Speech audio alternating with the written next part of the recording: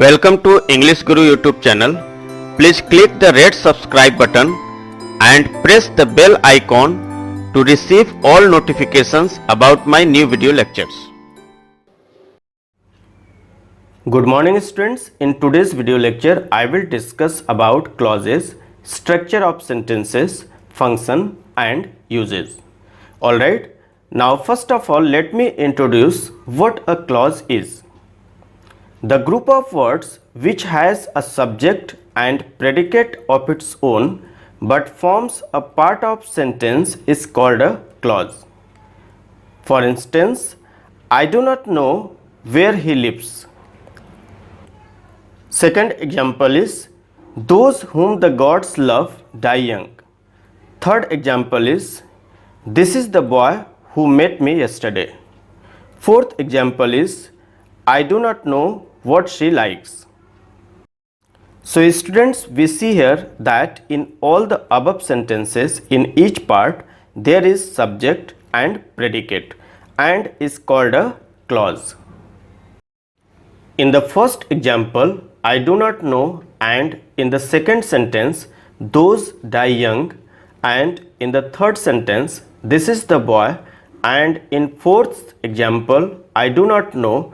All these parts of sentences make a complete sense and are called principal clause or independent clause as they stand by themselves.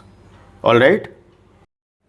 And the parts of sentences where he lives in example first, whom the gods love in example second, who met me yesterday in example third, and what she likes in example fourth are dependent upon main clause, so they are called subordinate clause.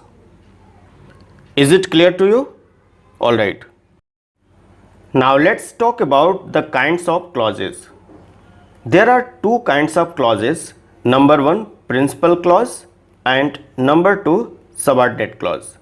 Let me explain what is principal clause and what is subordinate clause. Alright. So a principal clause in a sentence stands by itself and subordinate clause depends on the principal clause. Okay.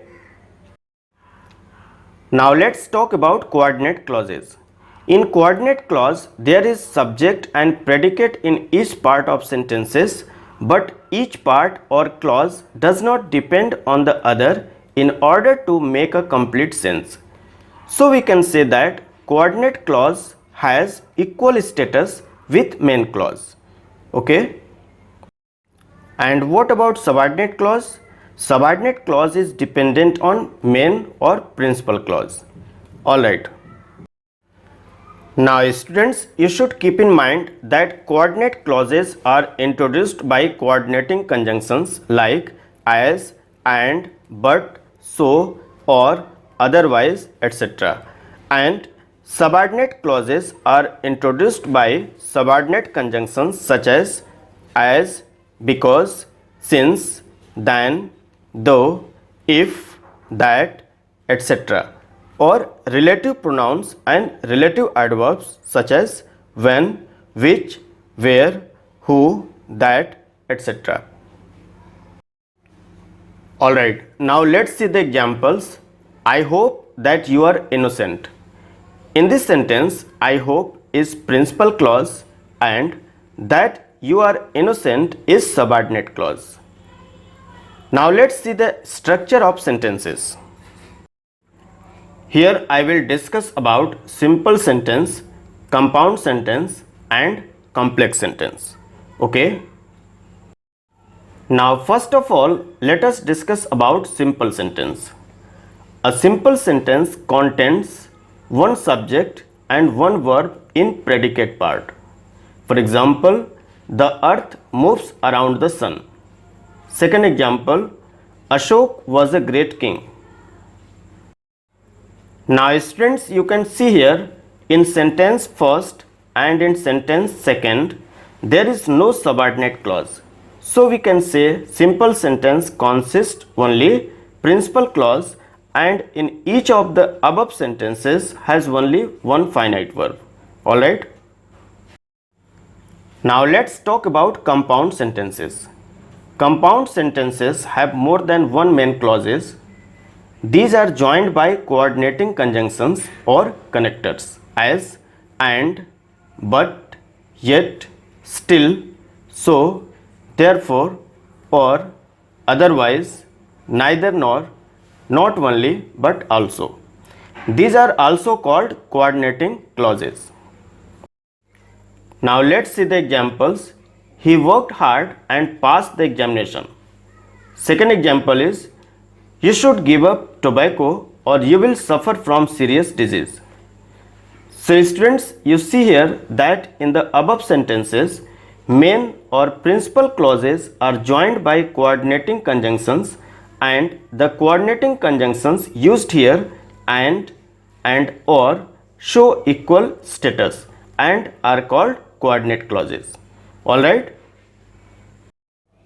In some cases, while joining two clauses, subject in the second clause is omitted to avoid repetition. For example, my friend neither works himself nor lets others work.